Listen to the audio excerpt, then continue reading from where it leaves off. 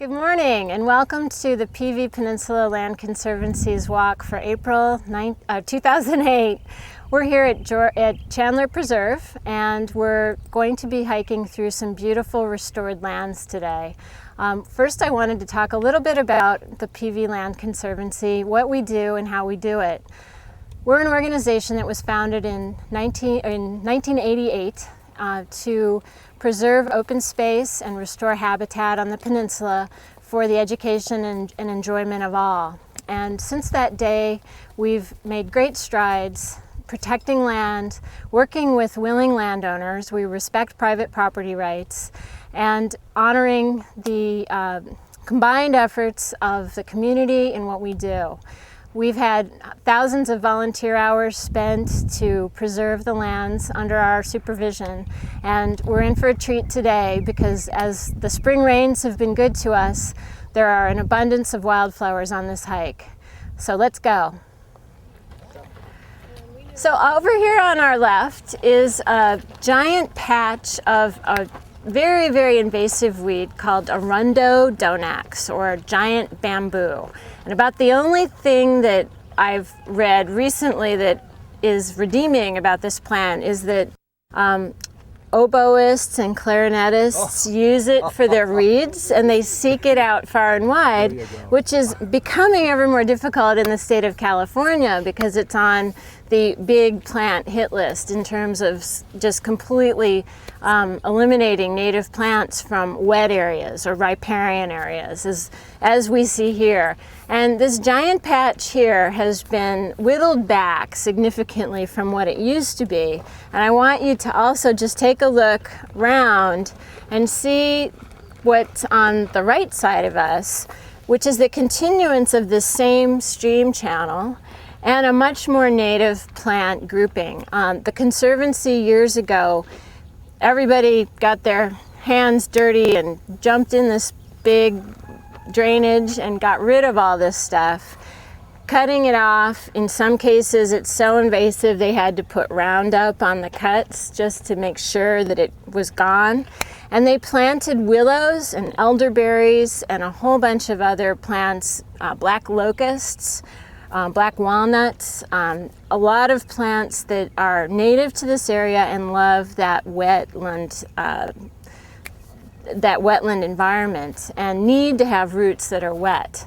And you can see just in the few years, and that was about 9 years ago, but in that really pretty short span of time, some of the willows are 40 feet tall now, and they provide amazing shelter for birds, food, shelter. The catkins, the flowers of the willow plants, can be used as bedding.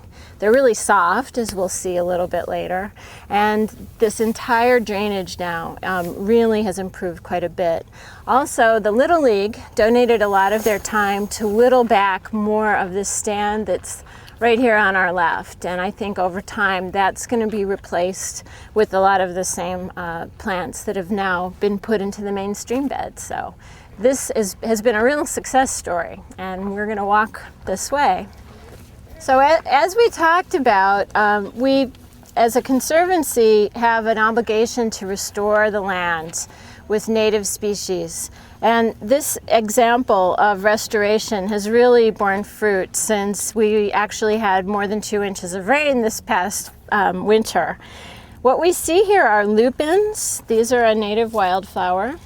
They're a pretty dramatic looking flower. And what are these? Can anybody tell me what these look like? The little fruits on the bottom. Does that look like anything to you? Down here? Yes, it's in the pea family, exactly. Huge family of plants, and there are lots and lots of variations of lupins as wildflowers. We'll see really gigantic ones all the way to even at the highest elevations of the mountains in California, tiny little ones that are just on the ground, no higher than your finger in terms of the flower.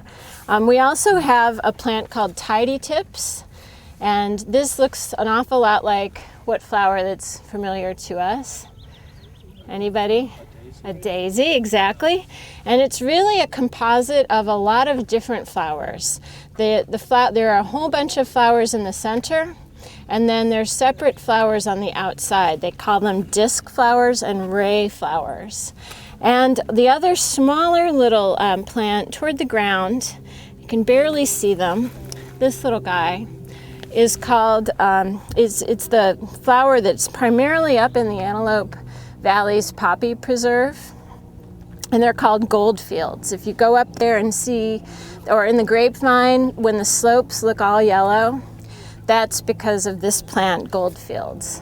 And these are all flowers that are native to grassland areas, and grassland areas are one of the areas that are most endangered, used to be here on the peninsula, and are now being restored by the Conservancy.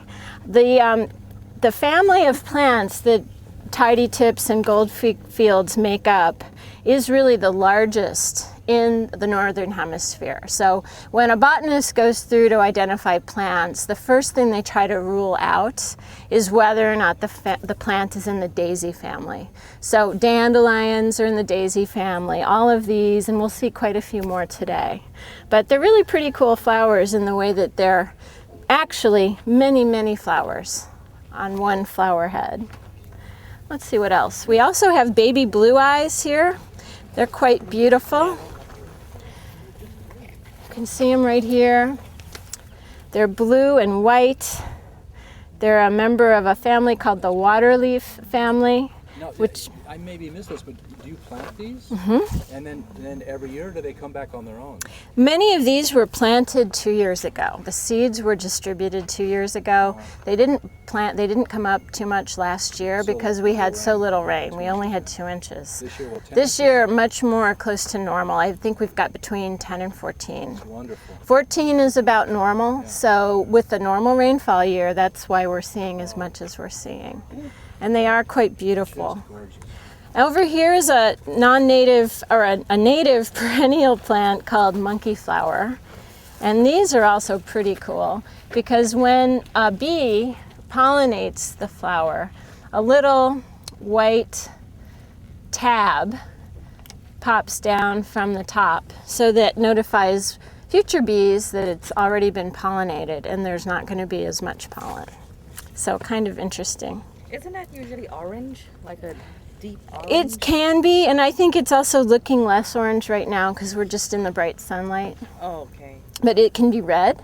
There are lots of different variations. There's different species within the same genus of plants, and it's called a monkey flower.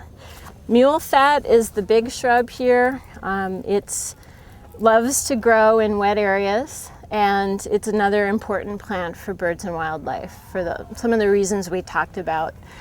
It provides these little fuzzy fruits. When the flowers are dried, they can be used as bedding for birds and the seeds can be eaten. And it's pretty thick, as you see, which provides great cover for birds and cover from predators. So here's a better example of the mule fat, and I'm going to pass that around. It's really, you'll notice it's really soft. And it wouldn't, as you can see, it's just the seeds of the mule fat plant. And behind us, you can see how tall the willow trees have grown compared to what we saw in the other section with the giant bamboo being kind of squat and wide and kind of monoculture. This is a much more tall, it's a varying heights. You can see a bird at the top of that tree. And it, again, provides a tremendous amount of shelter for birds and wildlife, as well as food and bedding. And hummingbirds will take that soft material from the mule fat and build their nests with it. If you've never seen a hummingbird nest, they're absolutely amazing. A little cup-shaped, lichen-covered and plant-filled cup bound together with spider webs. The hummingbird actually takes spider web thread or silk from webs and uses that as the glue to weave together this beautiful little nest. And you'll find a couple of eggs. Usually, I think 2 eggs is typical for hummingbirds. And they'll be situated in, fairly high up in a little kind of secreted away spot in the trees. So, yeah, here comes a horse, so we're gonna let the horse pass and practice good trail etiquette. Horses have right of way on horse trails. Good morning. Sure. So everybody over on this side. No problem. Thank you very much.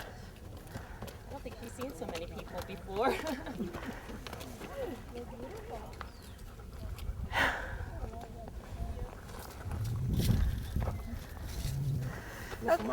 So another one of the native plants that we really appreciate having on the peninsula, and one that is native to the California coastal sage scrub habitat, the one that we talked about earlier as being one of the more endangered habitats in the world, is California sagebrush. And if you touch it and kind of go like this, you'll smell how wonderful it smells. And they also used to call it cowboy cologne, because it was rumored that when the cowboys were on the trail and they had to come in town and kind of spruce up a little bit, they'd take a little bit of this and just, you know, do a quick cleanup with it and smell very nice so that they could come into town and be more civilized.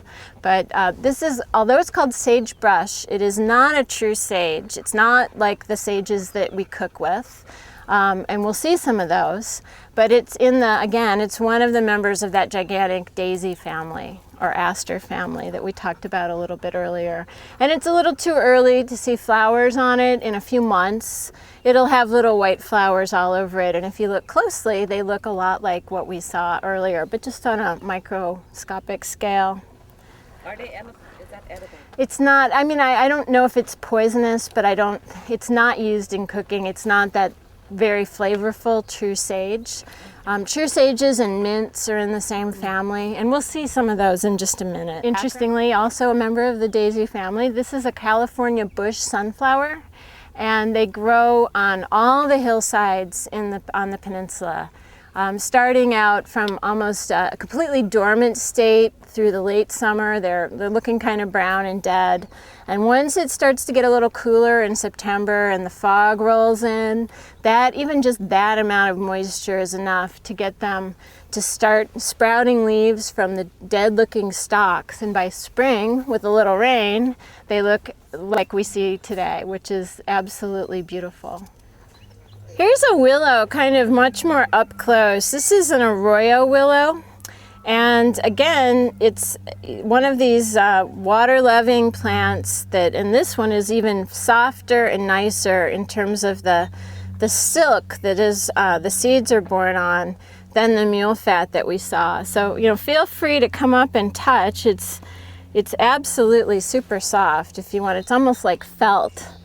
It would make great bedding for a bird, and it's a plant that is a very desirable plant, as we talked about quite a bit. And you know, these were just little tiny sticks, maybe a foot tall when they were planted a few years ago, and now look at how large they are.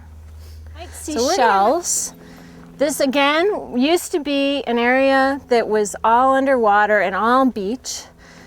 At one time it was underwater. Then as the peninsula started rising out of the sea through a number of forces, maybe about 1.5 million years ago, it was a tidal mudflat, and today it's 1,500 feet high.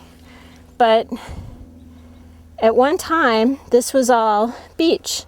So if you look closely on our way up the hill, and it's pretty steep, so take your time, you can see some shells poking out of this hill bank.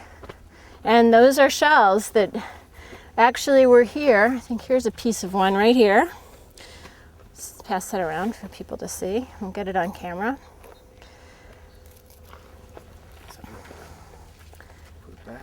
Yeah. So you can really get an idea for the